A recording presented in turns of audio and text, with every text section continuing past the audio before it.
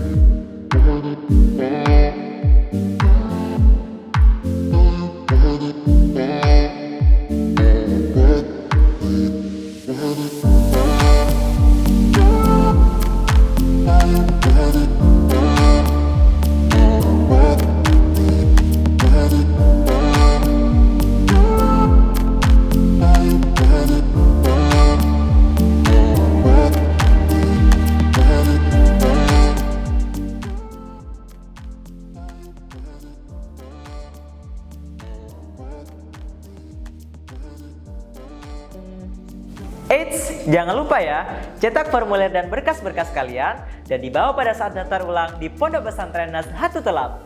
Ditunggu ya. Dah.